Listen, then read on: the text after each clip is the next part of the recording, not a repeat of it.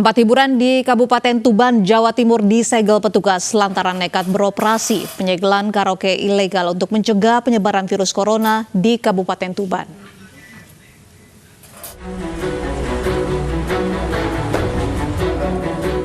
Tempat hiburan karaoke ilegal di Desa Penidon, Kecamatan Pelumpang, Kabupaten Tuban, Jawa Timur disegel petugas Satpol PP karena nekat buka. Pengelola karaoke ilegal melanggar edaran Bupati tentang peningkatan kewaspadaan penyebaran virus corona.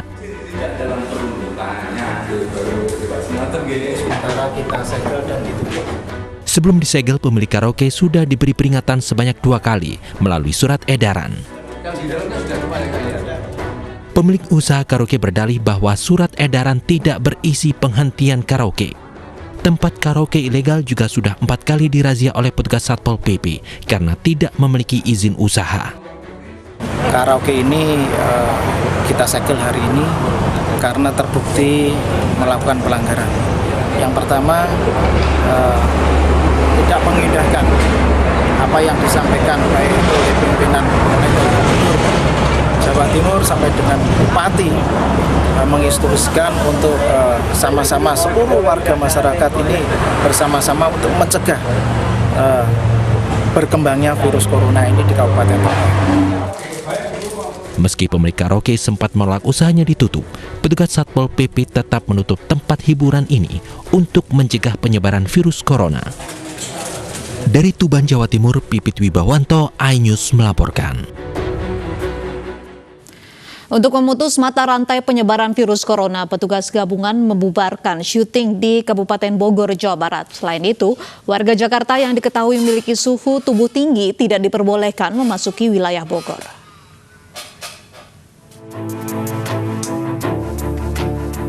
Aparat gabungan dari pemerintah desa dan kecamatan di Tenjolaya, Kabupaten Bogor, Jawa Barat membubarkan syuting yang dilakukan salah satu rumah produksi. Kegiatan syuting dibubarkan karena melanggar imbauan pemerintah serta maklumat Kapolri untuk mencegah penyebaran virus corona.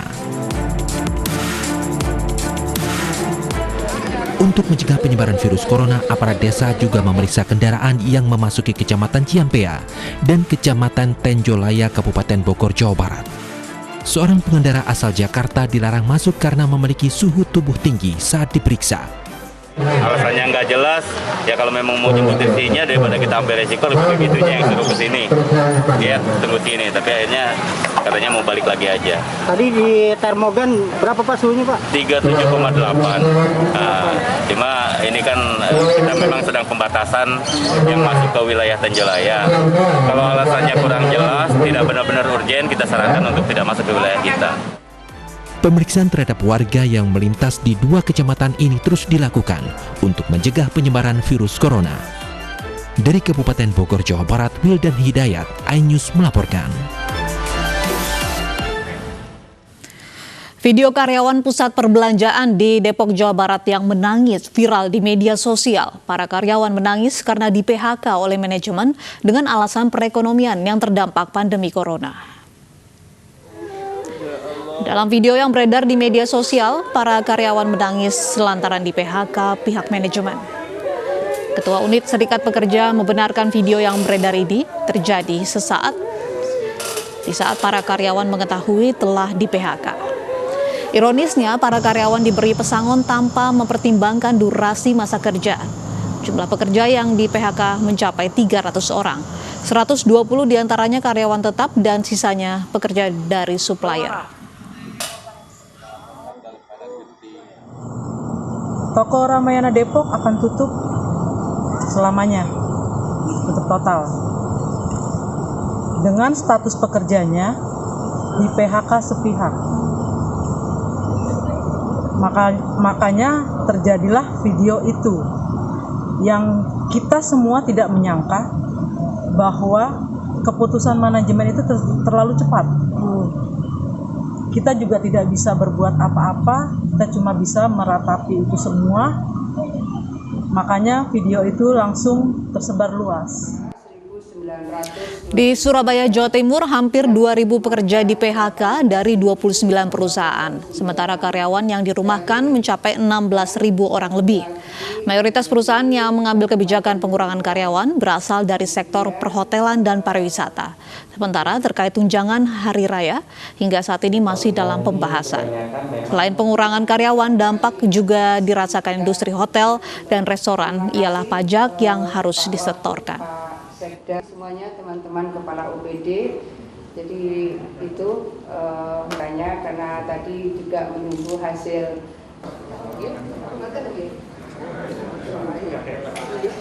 Terima kasih semuanya, salam.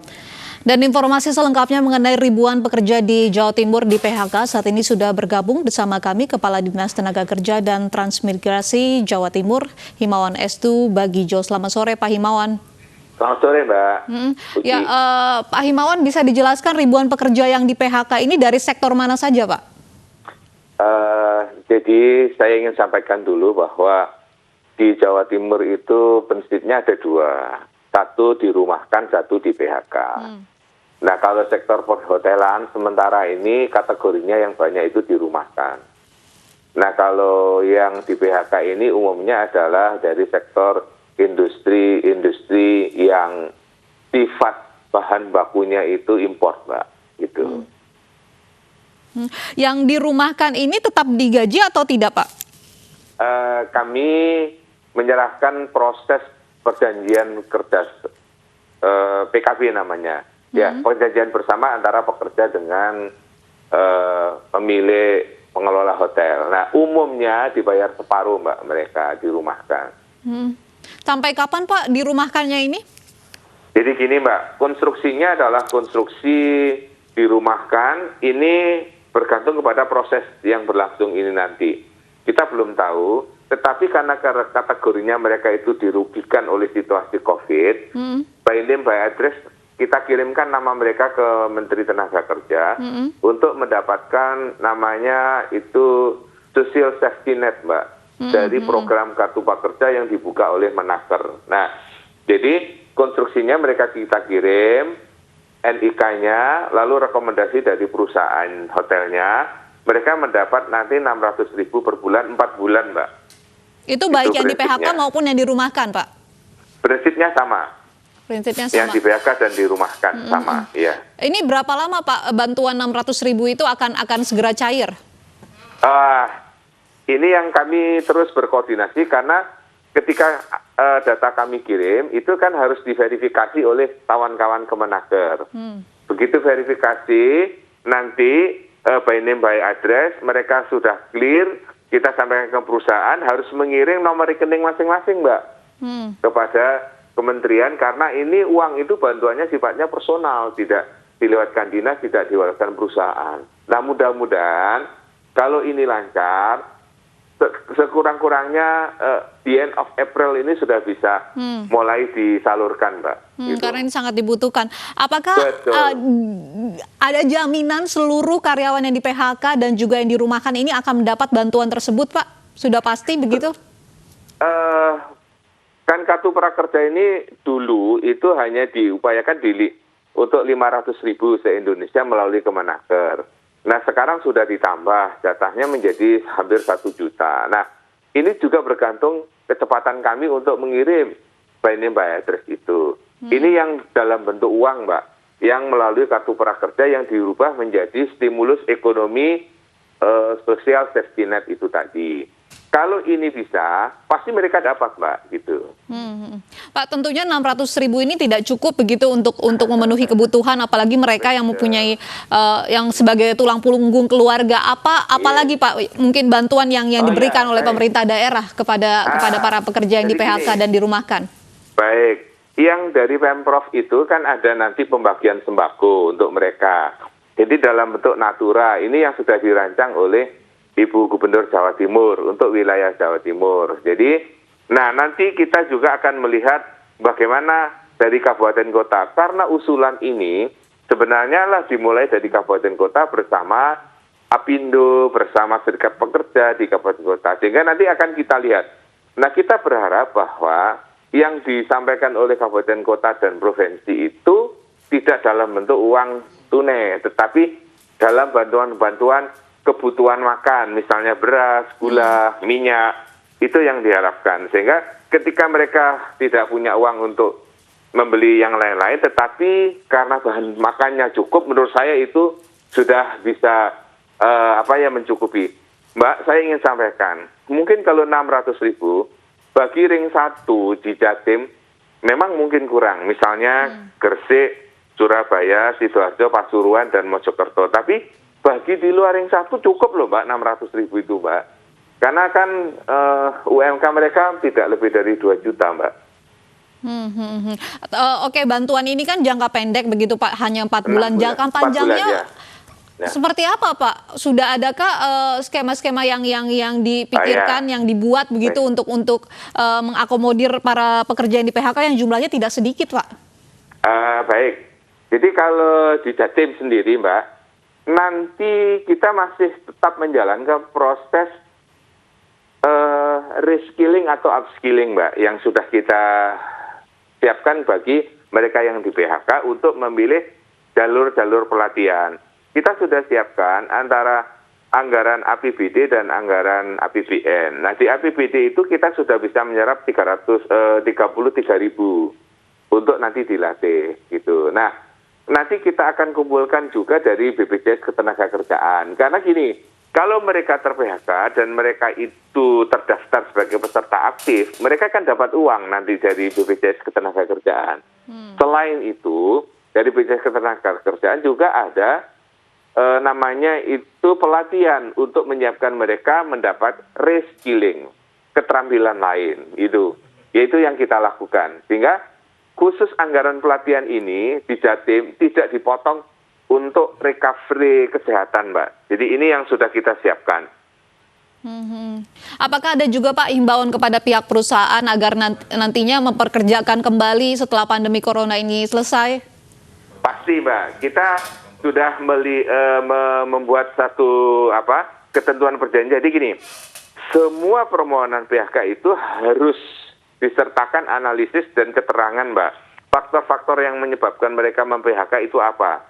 Kalau memang itu problemnya adalah problem karena bahan baku tidak ada atau karena pasarnya jenuh, maka itu akan berlangsung setelah pandemik ini berakhir, berarti mereka akan bisa produksi lagi dan harus ada jaminan mereka kembali ke tempat kerja. Dan semua ini diawasi antara Naker, Apindo, dan Serikat Pekerja, Mbak.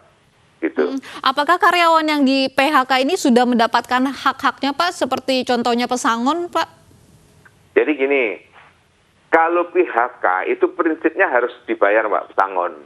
Nah, namun kalau tidak mampu harus dirundingkan, Mbak, di antara mereka, gitu.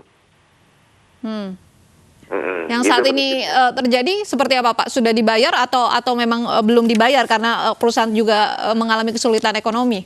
Kategorinya beda-beda Mbak.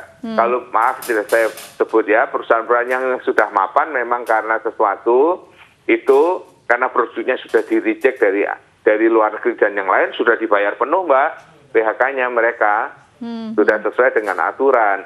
Tapi ada perusahaan-perusahaan yang memang sifatnya itu misalnya pekerjaan pemborongan karena pesanan dari sana. Jadi dia memproduksi sesuatu karena dipesan. Nah ini yang kemudian menjadi sulit Mbak. Ini yang kemudian dirunding di antara serikat, pekerja, dan pengusaha. Sama-sama cari solusi karena yang sulit bukan hanya pekerjanya Mbak. Pengusahanya juga seleher gitu. Jumlahnya kalau di Jawa Timur Pak yang di PHK berapa, yang dirumahkan berapa Pak? Oh ya, jumlah update-nya ya Mbak ya, jumlah update-nya sampai hari ini yang dirumahkan itu sekitar 17.228. Yang di PHK itu jumlahnya 3.132 Mbak. Apakah ada kemungkinan angka ini akan kembali naik jika pandemi corona ini masih terus terjadi Pak? Pasti Mbak, pasti pertanyaan Mbak itu pasti. Jawabannya pasti tambah. Prediksinya sampai berapa banyak, Pak? Nah, itu yang sulit, Mbak. Kita juga bisa memprediksi. Tapi setiap 2 hari kami mengupdate, Mbak, data itu, Mbak. Nanti Ainus bolehlah 2 hari lagi. Jumat nanti monggo. Kalau mau update atau mau melalui wartawan, saya kirim melalui WA datanya, nggih. Gitu. Apa Pak yang ingin disampaikan kepada para pekerja yang di PHK dan juga dirumahkan? Apa yang bisa mereka lakukan saat ini? Saya berpikir bahwa kita ini kan sama-sama kondisi sulit. Nah, yang paling penting ketika mereka itu dirumahkan dan mendapat jaminan cukup, ya itu yang dinikmati dulu. Nanti setelah kondisi ini menjadi pulih, Corona ini sudah akan selesai, nanti kita akan sampaikan apa-apa yang bisa dikerjakan kembali, pelatihan apa yang bisa dipilih, kemudian keterampilan apa yang dipilih, karena kita tetap akan nanti setelah ini job fair tetap kita buka, dan perusahaan-perusahaan yang kemudian mem-PHK kemarin itu tetap kita awasi Mbak, bersama SP dan Apindo, untuk kalau mereka membuka kembali, mereka tidak boleh menerima karyawan baru. Ini yang harus karyawan yang sudah kemarin di PHK atau kemarin yang rumahkan itu yang menjadi prioritas.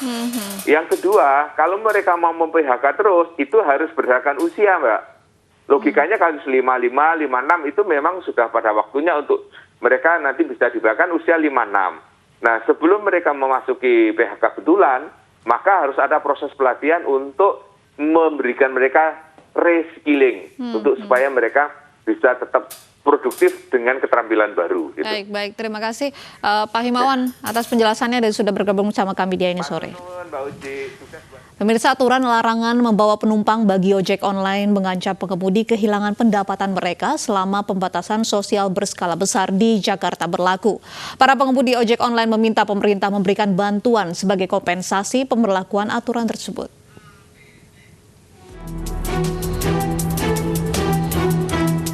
Pembatasan sosial berskala besar yang dimulai diterapkan di Jakarta pada Jumat 10 April mendatang dipastikan berimbas pada pengemudi ojek online. Pasalnya selama 14 hari sejak diberlakukan, pengemudi ojol dilarang mengangkut penumpang. Mereka hanya boleh mengirim dan mengambil barang serta makanan.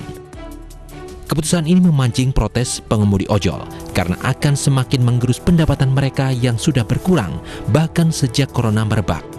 Para pengemudi ojek daring meminta pemerintah memberikan bantuan untuk memenuhi kebutuhan sehari-hari sebagai kompensasi pemberlakuan aturan tersebut. Sedikit pasti mengurangi pendapatan kami ya pada dasarnya. Nah, yang kita butuhkan kan sebenarnya sekarang bantuan terlebih dahulu, baru kita untuk menerima statement itu kita terima kalau memang ada bantuan yang jelas gitu ya. Sampai saat ini kan memang bantuan masih belum begitu jelas. Apa itu dari pemerintah, dari perusahaan sendiri maupun dari gubernur sendiri kan, itu bukan selama ini kita masih menerima wacana saja ya. Belum sampai ke bukti bantuan langsung ke kita gitu yang ada di lapangan. Kita itu sebagai warga yang baik kan kita taat sama aturan pemerintah. Cuman masalahnya kan aturan yang dari pemerintah kan udah diharapkan supaya kita tuh di rumah gitu.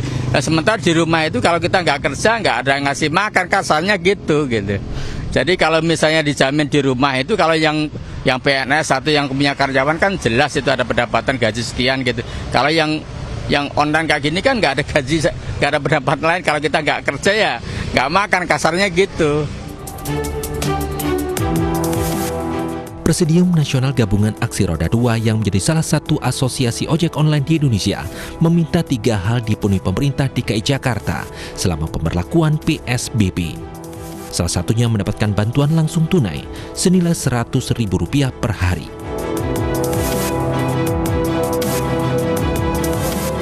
Kementerian Kesehatan sebelumnya telah menyetujui penerapan PSBB untuk Jakarta sebagai wilayah zona merah penyebaran virus corona. Dengan demikian, PSBB akan mulai efektif pada 10 April 2020. Dalam masa PSBB, pemerintah berhak membatasi mobilisasi warga, termasuk dengan angkutan umum dan angkutan khusus seperti ojek online. Dari Jakarta, Tim Liputan iNews melaporkan. Kapolda Metro Jaya Irjen Pol Nana Sujana memastikan tidak ada penutupan arus lalu lintas untuk kendaraan yang masuk ke Jakarta maupun keluar Jakarta saat PSBB di Jakarta berlaku. Peraturan hanya membatasi jumlah penumpang pada transportasi umum maupun kendaraan pribadi. Kendati demikian, Kapolda mengimbau agar warga Jakarta tetap di rumah. Terkait dengan pembatasan moda transportasi, bahwa perlu saya sampaikan tidak ada penutupan dan pengalihan arus lalu lintas jalan pada akses masuk dan keluar DKI Jakarta. kemudian melakukan pembatasan moda transportasi terhadap angkutan barang dan angkutan penumpang, baik umum atau pribadi. Jadi di sini artinya bahwa pembatasan terhadap transportasi ini khususnya untuk kendaraan umum, misalnya bis yang selama ini misalnya satu bis ya itu memuat sekitar 40 orang. Nah ini yang diperbolehkan sesuai dengan PSBB adalah separohnya, yaitu 50% ya, penumpang ya.